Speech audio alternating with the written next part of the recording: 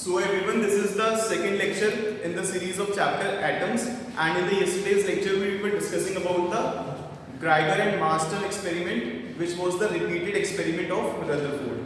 So if I ask you who discovered nucleus, your answer will be Rutherford discovered nucleus, ठीक है. And yesterday we were discussing the alpha particle scattering experiment, ठीक है. तो उसमें हम radio active source लेते हैं एक अल्फा पार्टिकल्स का, उसको लेड ब्लॉक के अंदर रखा जाता है. Why? Because lead block has high density and the alpha particles cannot penetrate through it. So इसीलिए lead block में रखा जाता है. फिर उससे जो alpha particles उससे निकलते हैं उनको कॉलीमेट किया जाता है. कॉलीमेटर किस चीज का बना होता है?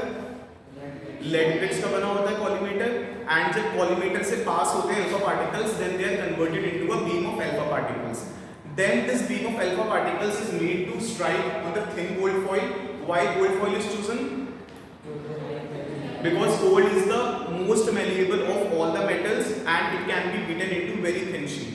ठीक है, इतनी thin sheet कि there is only a single layer of atom in that thin foil. ठीक है, फिर after striking the thin gold foil, the alpha particles scatter in different directions and this scattering of alpha particles is measured or is observed on which screen? Screen किस चीज की बनी होती है? Zinc sulphide की स्क्रीन बनी होती है. Why is zinc sulfide coating is there? Because zinc sulfide is a scintillating compound and whenever a charged particle hits the screen, there is a glow for some time and therefore by seeing that spark, by observing that spark, we can measure where the alpha particle hit on the rotatable detector, ठीक है, on the screen. And we view the alpha particle using the microscope. ठीक है, ये चीज हो गई हमारे पास. फिर हमने ऑब्जर्वेशंस देखे थे कि most of the alpha particles about 99.86% मतलब बिना डिफ्लेक्शन के पास हो जाते हैं इन अ स्ट्रेट लाइन. ये हो गया था. एंड फिर उसके बाद 0.1% अल्फा पार्टिकल्स ऐसे थे जिन्हें मतलब हल्का थोड़ा बहुत डिफ्लेक्शन फेस करना पड़ा. एंड उसके बाद 1 in 8,000 अल्फा पार्टिकल्स ऐसे थे जो 90 डिग्री या उससे ज्यादा पे डिफ्लेक्ट हुए. एंड 1 in 20,000 अल्फा पार्टिकल्स ऐसे थे जो स्ट्राइक होके अपना पाथ उन्होंने रिवर्स कर लिया. ये चीजें हमने कल डिस्कस करी थी ऑब्जर्वेशंस में. फिर उसके बाद हमने कुछ कंक्लूजन्स निकाले थे इसके बेसिस पे. Because 99.86% alpha particles pass undeflected, so इसका मतलब most of the space inside the atom is empty. ठीक है, तो हमने ऐसे करके कंक्लूजन्स देखे थे. एंड बिकॉज 0.1% अल्फा पार्टिकल्स जो थे, because they suffered a minor deflection, so इसका मतलब ये है कि there is some positive charge in the atom. And because जो 1 in 8,000 अल्फा पार्टिकल्स थे वो 90 डिग्री उससे ज़्यादा भी डिफ्लेक्ट हुए. एंड कुछ 1 in 20,000 अल्फा पार्टिकल्स थे जो बिल्कुल रिबाउंड हो गए स्ट्राइक करके. तो इसका मतलब ये था कि जो सारा का सारा पॉजिटिव चार्ज है या जो मास ऑफ द एटम है वो एक स्मॉल वॉल्यूम में कॉन्सेंट्रेटेड है, जिसे फिर बाद में हमने न्यूक्लियस कहा था. ये सारी चीज़ें थी. ठीक है, एंड फिर उसके बाद हमने मॉडल के पॉइंट्स लिखे थे कुछ. ठीक है, Rutherford model of an atom लिख लिया था हमने. सो इसमें भी हमने 4 पॉइंट्स लिखे थे कि जो एटम है it consist of a small and central massive core in which the entire positive charge and whole of the mass of the atom is concentrated and this core is called the nucleus. ठीक है, second point है the size of the nucleus is very small as compared to the size of the atom. Third point है the nucleus is surrounded by a suitable number of electrons so that their total negative charge is equal to the total positive charge on the nucleus and the atom as a whole is electrically neutral. Fourth point, the electrons revolve around the sun around the nucleus in various orbits just as planets revolve around the sun. The centripetal force required for the revolution is provided by the electrostatic attraction between the electrons and the nucleus. ये यहाँ तक हमें चीजें clear हो गई. अब हमें discuss करना है आज limitations of Rutherford atomic model. Heading डालो. सो ये मॉडल की लिमिटेशंस क्या थी, ये फेल क्यों हो गया. ठीक है, तो फर्स्ट पॉइंट जो सबसे इंपॉर्टेंट है that it would not explain the stability of the atom. अब अगर आपने इलेक्ट्रोमैग्नेटिक वेव्स में पढ़ा हो, लाइक मैक्सवेल का एक स्टेटमेंट है कि कोई भी accelerated charge particle electromagnetic waves को रेडिएट करता है. पढ़ा है, ये चीज पता होगी आप लोगों को. तो ये एक प्रूवन चीज थी उस टाइम और ये बात सही थी कि कोई भी एक्सेलरेटेड चार्ज पार्टिकल हो तो वो इलेक्ट्रोमैग्नेटिक वेव्स को रेडिएट करता है. सो अब जब मान लो ये न्यूक्लियस है, ठीक है, और रदरफोर्ड ने कहा कि जो इलेक्ट्रॉन्स हैं वो इसके चारों ओर रिवॉल्व करते हैं just as planets revolve around the sun. So अब ये जो इलेक्ट्रॉन है it is a charge particle, ठीक है, और इसके अराउंड मतलब इसके पास एक्सेलरेशन भी है जो कि सेंट्रीपिटल एक्सेलरेशन है इसके पास, जो कि इसको सर्कुलर पाथ में घुमाने के लिए लग रहा है। And now because it has both charge and acceleration so it must radiate electromagnetic waves. अब जब ये इलेक्ट्रॉन जो है, ठीक है, जब ये इलेक्ट्रॉन है अगर ये इलेक्ट्रोमैग्नेटिक वेव्स को रेडिएट करेगा तो इसकी एनर्जी कम होती जाएगी, ठीक है, एंड अगर इसकी एनर्जी कम होती जाएगी तो ये एक फिक्स्ड रेडियस के सर्कल में नहीं घूम सकता, ठीक है, एंड जब इसकी एनर्जी रेडिएट होती जाएगी तो इसकी एनर्जी कम होती जाएगी, तो मतलब इसका जो सर्कुलर पाथ का रेडियस है वो भी कॉन्टिन्यूअसली कम होता जाएगा इस तरीके से, एंड ये एक स्पाइरल पाथ में मूव करना चाहिए, एंड ये स्पाइरल पाथ में मूव करता करता एक टाइम बाद ये न्यूक्लियस के अंदर ही गिर जाएगा जाकर। सो अब जब न्यूक्लियस में गिर गया तो यानी कि एटम स्टेबल है ही नहीं, यानी कि एग्जिस्टेंस है ही नहीं फिर इसका, सो रदरफोर्ड इस चीज को एक्सप्लेन नहीं कर पाया, ठीक है, ये इस तरीके से मूव करेगा। सो फर्स्ट जो लिमिटेशन थी वो ये थी that it could not explain the stability of the atom. अब पॉइंट नंबर 2 क्या था, एक लाइन स्पेक्ट्रम होता है, ठीक है, वो हम अभी आगे जाके पढ़ेंगे बोर्स मॉडल में। अब क्या होता है, मान लो ये इलेक्ट्रॉन है, इससे इलेक्ट्रोमैग्नेटिक वेव्स निकल रही है, इसकी एनर्जी कम होती जा रही है, इसकी एनर्जी कम होती जा रही है तो हम बोल सकते हैं कि इसकी एंगुलर वेलोसिटी कम होती जा रही है, या ये भी बोला जा सकता है कि इसकी बिकॉज एनर्जी जो रेडिएट कर रहा है, बिकॉज इसकी एनर्जी कम होती जा रही है तो उस एनर्जी की फ्रीक्वेंसी भी कम होती जा रही है, because E equal to h हमने जानते हैं।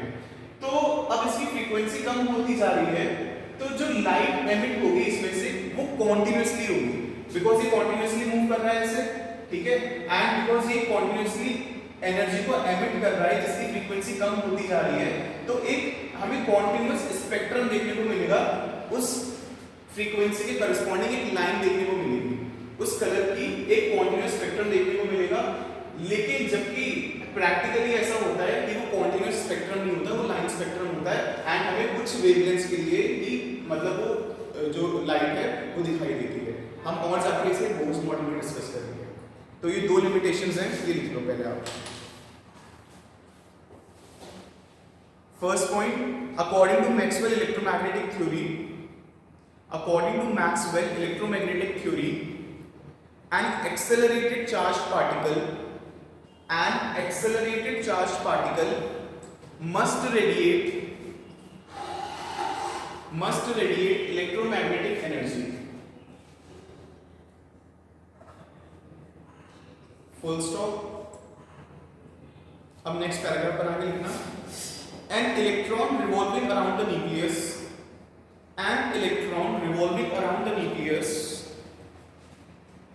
An electron revolving around the nucleus is under continuous acceleration towards the center.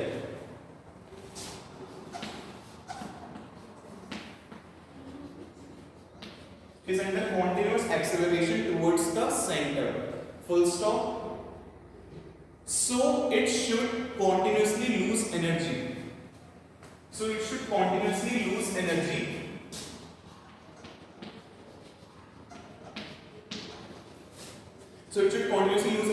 and move in orbits of gradually decreasing radii.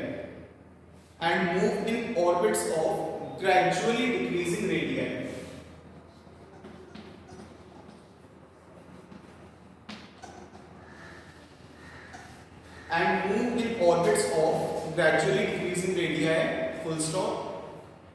The electron should follow a spiral path.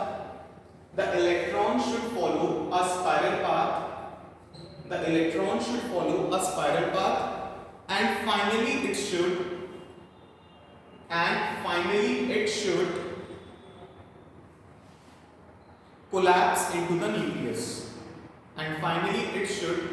collapse into the nucleus. Full stop. Thus the Rutherford's model cannot explain the stability of an atom. अभी diagram draw कर लो।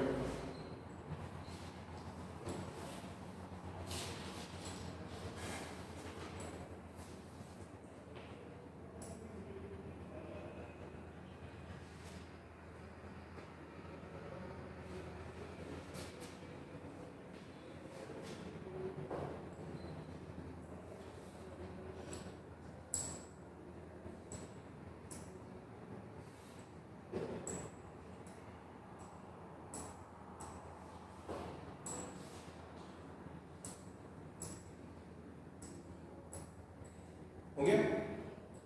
Next point,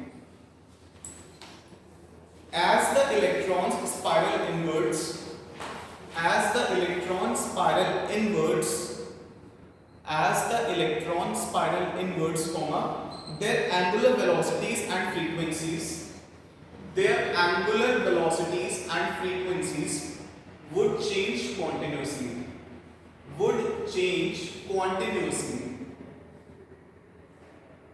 and so the frequency of emitted light, and so the frequency of emitted light will also change, and so the frequency of emitted light will also change. Full stop. They would emit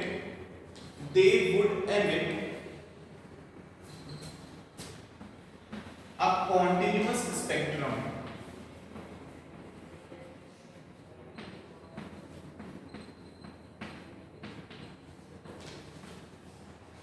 they would emit a continuous spectrum instead of the actually observed line spectrum,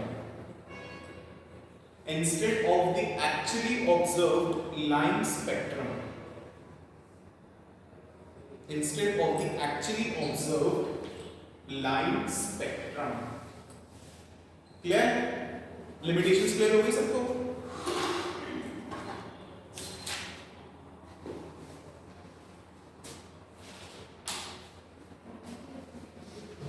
अब हमें 3 topics और पढ़ने हैं Rutherford model के अंदर, ठीक है, जिससे न्यूमेरिकल प्रॉब्लम्स फ्रेम होते हैं।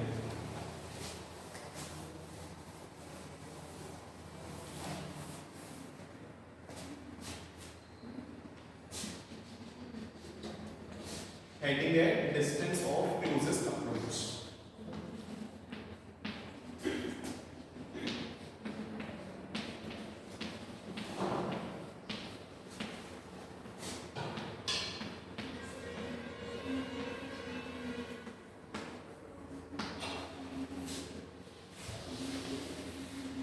ठीक है, distance of closest approach. Suppose ये न्यूक्लियस है, ठीक है, इसके अंदर पॉजिटिव चार्जेस होंगे, ठीक है, ये सपोज पूरा का पूरा एटम है, ये चीज होगी। Now we are considering one alpha particle, ठीक है, एक हम अल्फा पार्टिकल कंसीडर कर रहे हैं जो इससे जाके हेड ऑन कोलिशन करने वाला है, ठीक है। सो इस तरीके से अल्फा पार्टिकल है। अब एक अल्फा पार्टिकल को जब यहां से एमिट किया जाएगा, ठीक है, और जब ये इससे जाके हेड ऑन कोलिशन करने वाला है, तो इस क्या होगा, इसके ऊपर इस न्यूक्लियस की वजह से रिपल्सिव फोर्सेस लगेंगे, ठीक है, रिपल्सिव फोर्स लगेगा, कूलम्बियन रिपल्सिव फोर्स लगेगा इसके ऊपर, ठीक है, एंड जो इसकी काइनेटिक एनर्जी होगी वो धीरे धीरे कम होती जाएगी। इसका एक्सेलरेशन किस तरफ होगा, अगर मान लो मैंने एमिट किया alpha particle of constant kinetic energy, ठीक है, तो इसका एक्सेलरेशन किस तरफ होगा अल्फा पार्टिकल का,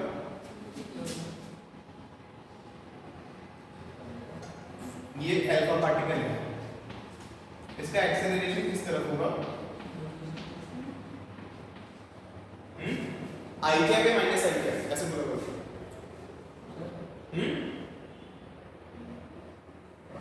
अल्फा पार्टिकल ऐसे जा रहा है, ठीक है, इसके ऊपर कूलम्बियन रिपल्सिव फोर्स इस तरफ लगेगा, इसको रिपल्स करने की कोशिश करेगा ना, ठीक है, रिपेल करने की कोशिश करेगा ना इसको।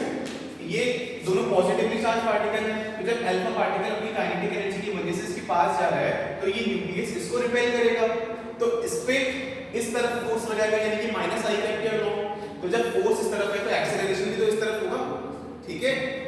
सो यानी कि इस अल्फा पार्टिकल के लिए वो एक्सेलरेशन एक्चुअली में रिटार्डेशन का काम करेगा, वो इसको इसकी वेलोसिटी को कम करता जाएगा, रिटार्ड करेगा इसको। तो क्या होगा, जब ये अल्फा पार्टिकल मूव करेगा तो जाते जाते इसके ऊपर रिपल्सिव फोर्स लगेगा एंड इसकी काइनेटिक एनर्जी जीरो हो जाएगी कुछ दूरी पर न्यूक्लियस से, ठीक है। और ये जो रिपल्शन का फोर्स है ये इतना ज्यादा है कि ये इसकी बाउंड्री को भी नहीं टच कर पाएगा, इनफैक्ट उससे पहले ही इसकी काइनेटिक एनर्जी वो है जीरो हो जाएगी, ये मोमेंटरीली यहाँ पे स्टॉप होगा एंड देन इस रिपल्शन की वजह से फिर ये अपना पाथ रिट्रेस करेगा, ठीक है। इतनी बात समझ आती है सबको, ठीक है।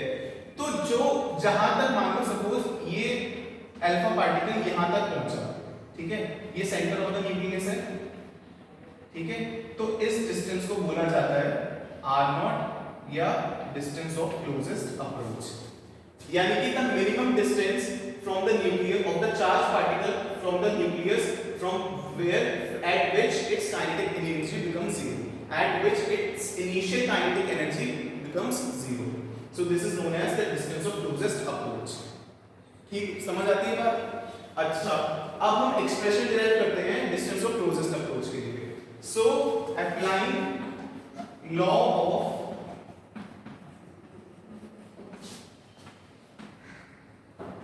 conservation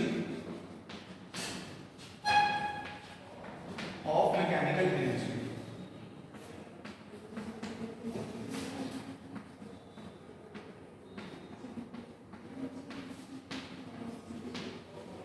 applying law of conservation of mechanical energy क्या होना चाहिए? जो काइनेटिक एनर्जी इनिशियल है प्लस पोटेंशियल एनर्जी इनिशियल है, it should be equal to kinetic energy final plus potential energy final. ठीक है, अब इनिशियल काइनेटिक एनर्जी कितनी है अल्फा पार्टिकल के पास? जो उसकी वेलोसिटी है उसके हिसाब से उसके पास इनिशियल काइनेटिक एनर्जी होगी, तो हम इसे भी किया ही लिखा जाएगा। ठीक है, और पोटेंशियल एनर्जी का फॉर्मूला क्या यूज करेंगे?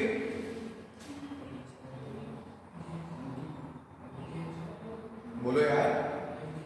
हाँ, mgh तो ग्रेविटेशनल पोटेंशियल एनर्जी होती है। दो चार्जेस के बीच जो पोटेंशियल एनर्जी होती है सिस्टम की, उसका फॉर्मूला क्या होता है? इलेक्ट्रोस्टैटिक्स में पढ़ा होगा, k q1 q2 by r। ठीक है, और k की वैल्यू कितनी होती है? 1/4। और अगर एग्जाम में पुट करनी हो उसकी वैल्यू 9 × 10⁹ होती है उसकी वैल्यू। ठीक है, सो अब हम इनिशियल काइनेटिक एनर्जी लिखते हैं, तो k q1 q2 by r लिखेंगे।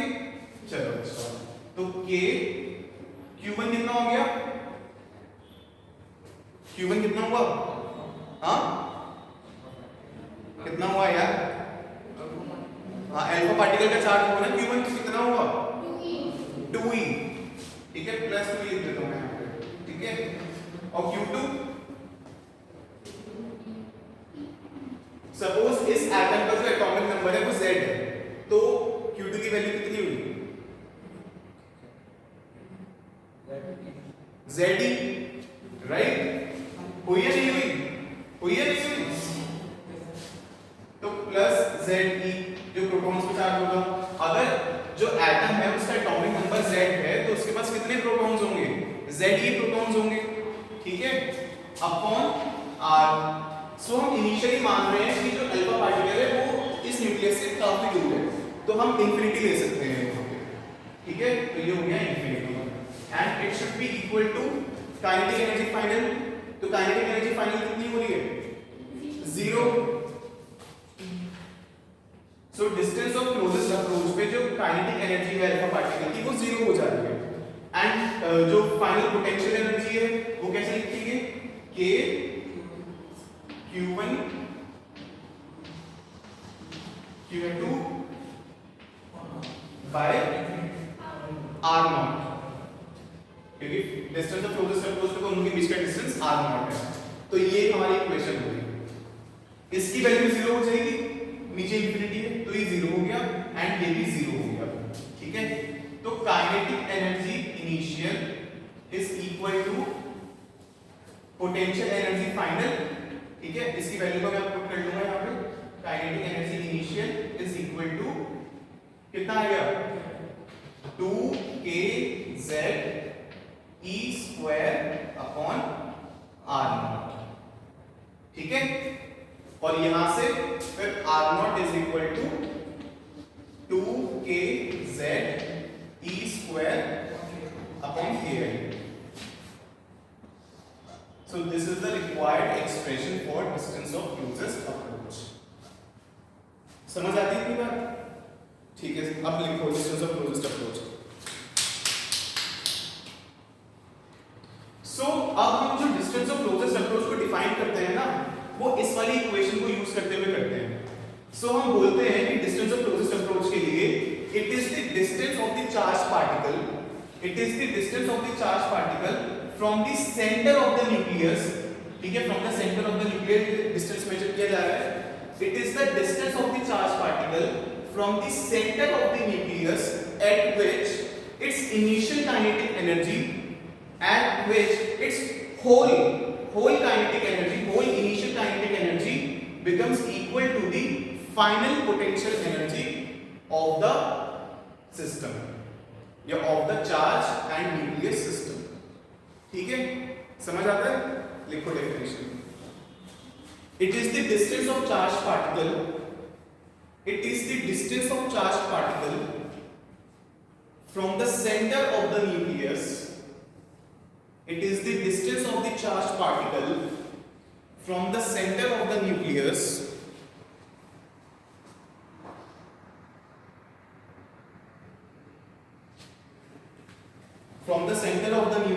at which the whole of its initial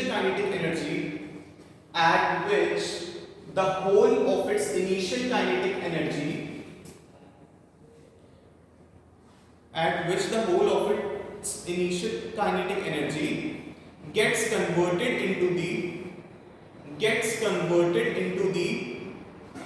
electrostatic potential energy of the system.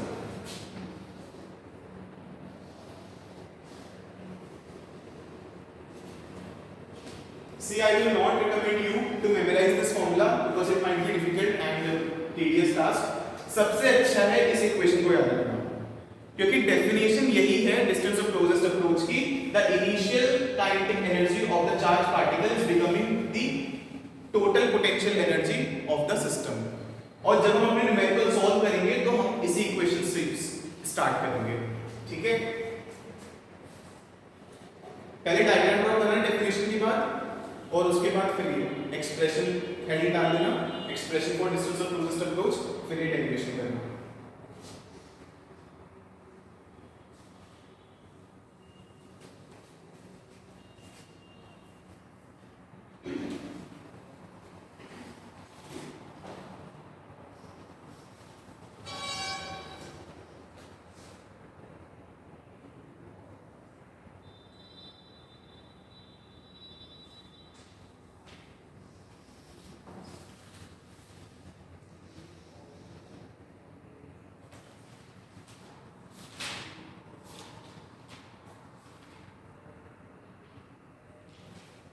और जब क्वेश्चन हमें दिया होगा तो इट इज नॉट नेसेसरी कि वो अल्फा पार्टिकल ही होंगे.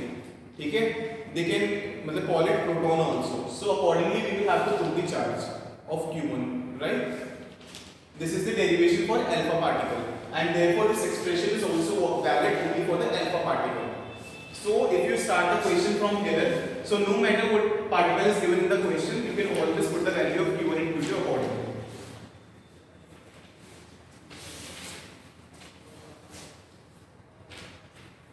Clear? Done?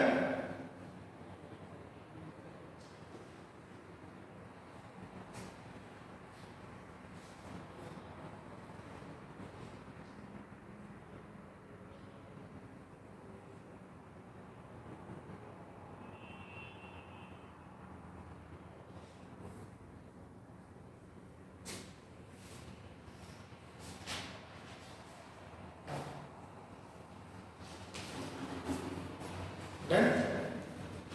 ठीक है, हो गया सबका. अब लिखो नेक्स्ट. अभी हमारा फर्स्ट टॉपिक हो गया. सेकंड टॉपिक है हमारा estimation of size of nucleus. Estimation of size of nucleus. So जो ये डिस्टेंस ऑफ क्लोजेस्ट अप्रोच वाला कॉन्सेप्ट है, इससे हम न्यूक्लियस का जो साइज है इसको थोड़ा सा प्रिडिक्ट कर सकते हैं, थोड़ा सा एस्टिमेट लगा सकते हैं इस चीज का. पता है कैसे? अब जैसे मान लो ये डिस्टेंस ऑफ क्लोजेस्ट अप्रोच है, ये जो अल्फा पार्टिकल है इसे स्ट्रॉन्ग इंपल्शन मिल रहा है इस न्यूक्लियस से. सो हम कह सकते हैं कि ये कभी भी इसकी बाउंड्री को टच नहीं करेगा. ठीक है, हम ये बोल सकते हैं कि अल्फा पार्टिकल को स्ट्रॉन्ग. अब मान लो गोल्ड की तुमने थिन फॉइल ले रखी है, गोल्ड का एटॉमिक नंबर कितना होता है? 79. याद रखना पड़ेगा इसको. ठीक है, गोल्ड का जो एटॉमिक नंबर है 79 होता है. तो इसके अंदर कितने प्रोटॉन्स होंगे? 79 प्रोटॉन्स होंगे. तो मान लो अल्फा पार्टिकल के पास 2 प्रोटॉन्स हैं, इसके पास 79 प्रोटॉन्स हैं, तो यू कैन एक्सपेक्ट कि इनके बीच कितना तगड़ा रिपल्शन हो रहा होगा. सो ये अल्फा पार्टिकल कभी भी इसकी बाउंड्री को टच नहीं कर पाएगा एंड इसकी काइनेटिक एनर्जी इसकी बाउंड्री से पहुंचने से पहले ही जीरो हो चुकी होगी, ठीक है। तो अगर ये डिस्टेंस r0 है which is measured from the centre of the nucleus, so हम ये बात बोल सकते हैं इस बात से कि ये इसकी बाउंड्री को कभी टच नहीं करेगा, तो इस पॉइंट से ये बात बोली जा सकती है कि जो इसका रेडियस होगा वो r0 से कम ही होगा, कभी भी ज्यादा नहीं हो सकता, है ना। समझ आई ये वाला पॉइंट, ये काफी इंपॉर्टेंट चीज है कि जो इसका रेडियस होगा वो r0 से कम ही होगा। या वर्स्ट से वर्स्ट केस में अगर हम मान लें कि इसकी बाउंड्री को उसने टच कर भी लिया तो अंदर तो नहीं घुस जाएगा उसको तोड़ के, तो इसीलिए वर्स्ट से वर्स्ट केस में it can be equal to r0 but it is always less than r0। Clear? लिखो, since the alpha particle cannot touch the boundary of the nucleus, since the alpha particle cannot touch the boundary of the nucleus due to strong repulsion, so the radius of the nucleus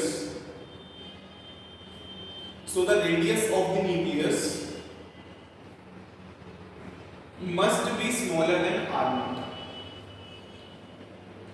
must be smaller than r0, must be smaller than r0। फिर एक equation की form में लिख लो, radius of nucleus less than r0।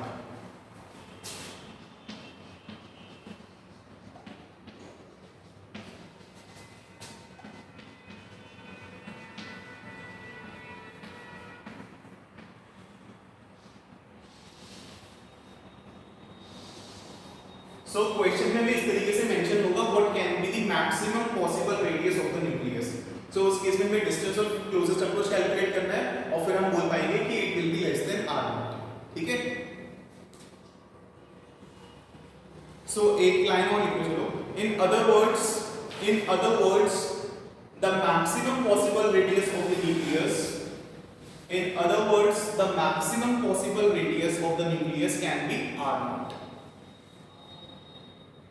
In other words, the maximum possible radius of the nucleus can be r0। ठीक हो गया भाई? अब हमारा थर्ड कॉन्सेप्ट वो भी छोटा सा ही है, ठीक है, इम्पैक्ट पैरामीटर।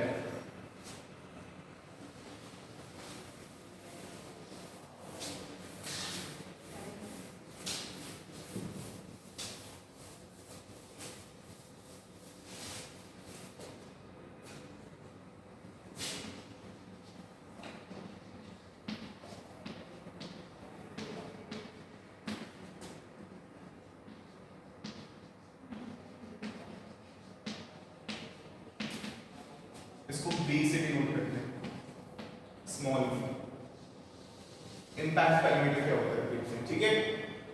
सपोज ये हमारा न्यूक्लियस है, ठीक है, इस तरीके से ड्राइंग थोड़ा बड़ा, ठीक है, ये हो गया हमारा न्यूक्लियस।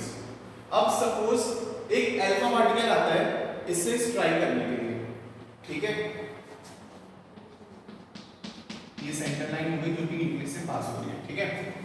सो एक अल्फा पार्टिकल आता है इस तरीके से, ठीक है, इसकी वेलोसिटी की डायरेक्शन ये है, इनिशियल जो इसकी वेलोसिटी है उसकी डायरेक्शन ये है, एंड ये आता है ऐसे और कुछ ऐसे रिफ्लेक्ट होकर चला जाता है न्यूक्लियस से रिपल्शन की वजह से, ठीक है। सो इम्पैक्ट पैरामीटर क्या होता है, ये जो इनिशियल वेलोसिटी फैक्टर है, ठीक है, अल्फा पार्टिकल का या जो भी चार्ज पार्टिकल ले रखा है, अल्फा पार्टिकल ही होता है जनरली। सो अल्फा पार्टिकल का जो इनिशियल वेलोसिटी वेक्टर है और जो सेंटर ऑफ द न्यूक्लियस है इसके बीच का जो परपेंडिकुलर डिस्टेंस होता है उसे कहते हैं impact parameter. Impact parameter is the perpendicular distance of the initial velocity vector of the charge particle and the centre of the nucleus. तो यहां पे बता सकते हो कि परपेंडिकुलर डिस्टेंस क्या होगा, मतलब ऐसे होगा, ऐसे होगा, कहां पे ड्रॉ करूं, ऐसे ड्रॉ करूंगा, वेरी गुड। सो ये इसकी लाइन ऑफ वेलोसिटी होगी, आप इसको अगर एक्सटेंड करो ऐसे, ठीक है, तो परपेंडिकुलर डिस्टेंस तो ये होना, ठीक है। तो इसे ये हम कहते हैं बी। अच्छा, इसमें डिस्टेंस ऑफ क्लोजेस्ट अप्रोच कौन सा होगा?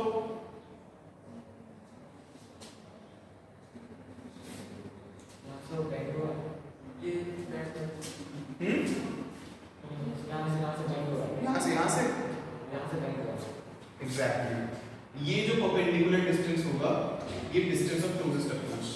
डिस्टेंस ऑफ क्लोजेस्ट अप्रोच क्या मतलब कौन सा ऐसा डिस्टेंस है, कौन सा ऐसा टाइम है जब यहाँ पे जो अल्फा पार्टिकल है वो न्यूक्लियस के सबसे ज्यादा पास है, यही तो ऐसा time.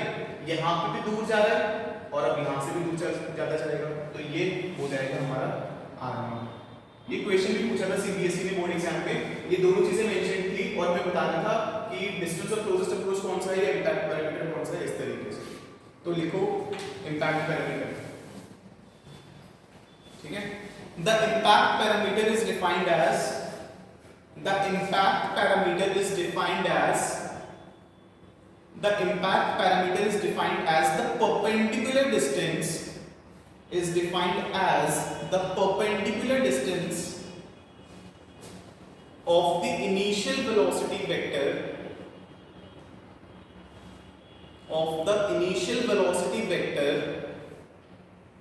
of the alpha particle from the center of the nucleus।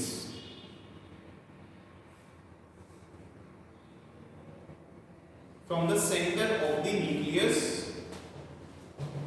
ठीक है, when it is far away from the atom।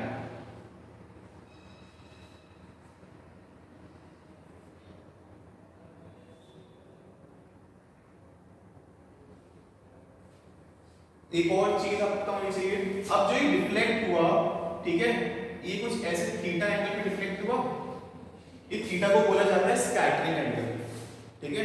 ये डायग्राम ड्रॉ करो,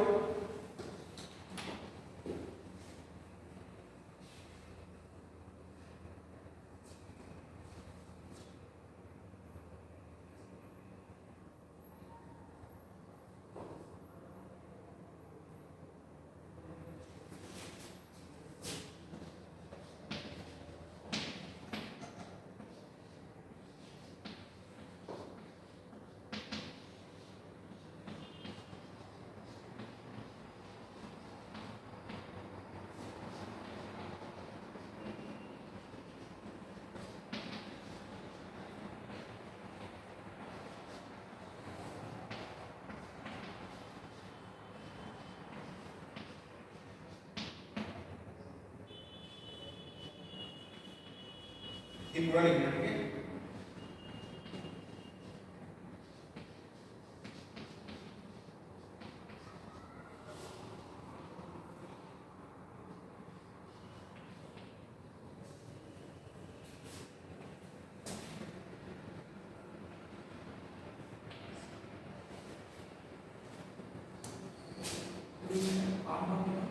R0 denotes distance of closest approach, पूरा लिखना, ठीक है, मैंने ऐसे लिख दिया।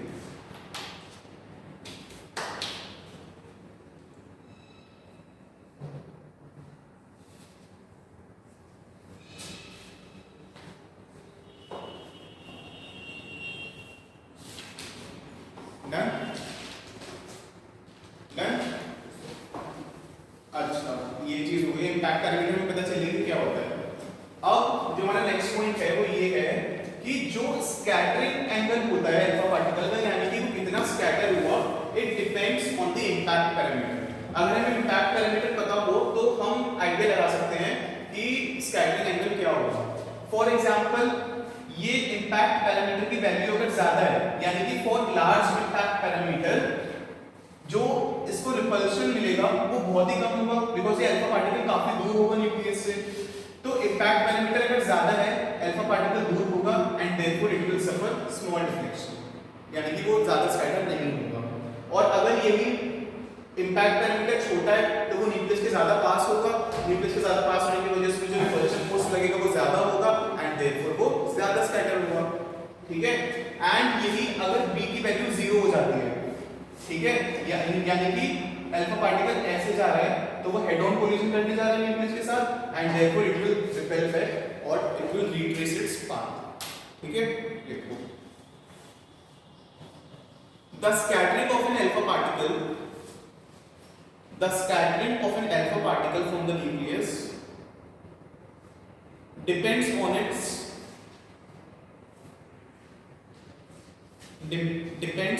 its impact parameter p.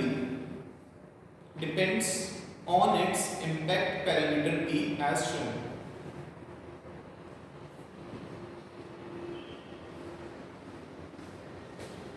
हो गया. फर्स्ट पॉइंट लिखो.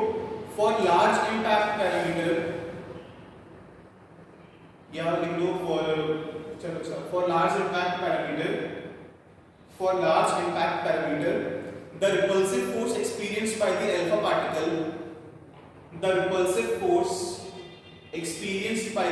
particle is weak. The repulsive force experienced by the alpha particle is weak, and so the alpha particle passes almost undeflected. And so the alpha particle passes almost undeflected. And so the alpha particle passes almost undeflected. ठीक है. Next point. For small impact parameter,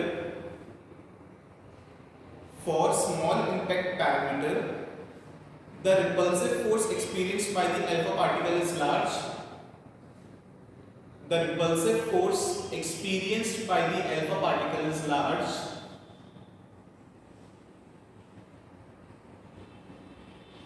And so the alpha particle is scattered through large angle. And so the alpha particle is scattered through large angle. ये भी example पूछा था ऐसे करके कि मतलब for what value of impact parameter the alpha particle will scatter most, will scatter least, ऐसे करके इनसे पूछा था. सो हो गया. For small impact parameter the repulsive force experienced by the alpha particle is large and so the alpha particle is scattered through large angle. Third point. For impact parameter b is equal to 0. For impact parameter b equal to 0, फिर bracket में लिखना head on collision.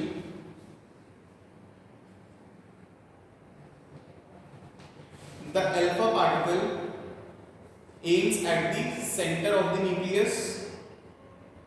The alpha particles aims at the center of the nucleus.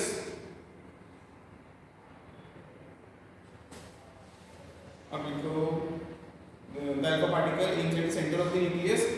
So comma, and the repulsive force experienced by it is greatest. And the repulsive force experienced by it is greatest.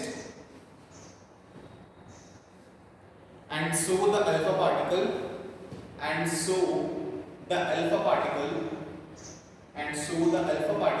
suffers a deflection of 180 degree.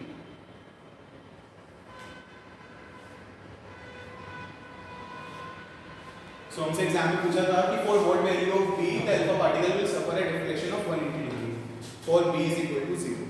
ठीक है. ये हो गया आपके तीन concepts. ठीक है. अब हमारा जो ये रदरफोर्ड मॉडल है, ये ट्राइगर है, आस्टन एक्सपेरिमेंट है, ये कंप्लीट हो गया है. ठीक है. अब हम कुछ न्यूमेरिकल प्रॉब्लम्स प्रैक्टिस करते हैं इसके ऊपर. लिखो first question. What is the distance of closest approach? What is the distance of closest approach when a 5 mega electron volt, when a 5 mega electron volt, mega मतलब 10 raised to the power 6. ठीक है. What is the distance of closest approach when a 5 mega electron volt proton approaches a gold nucleus? Approaches a gold nucleus. Formula याद करने की जरूरत नहीं है. ठीक है. कौन सी इक्वेशन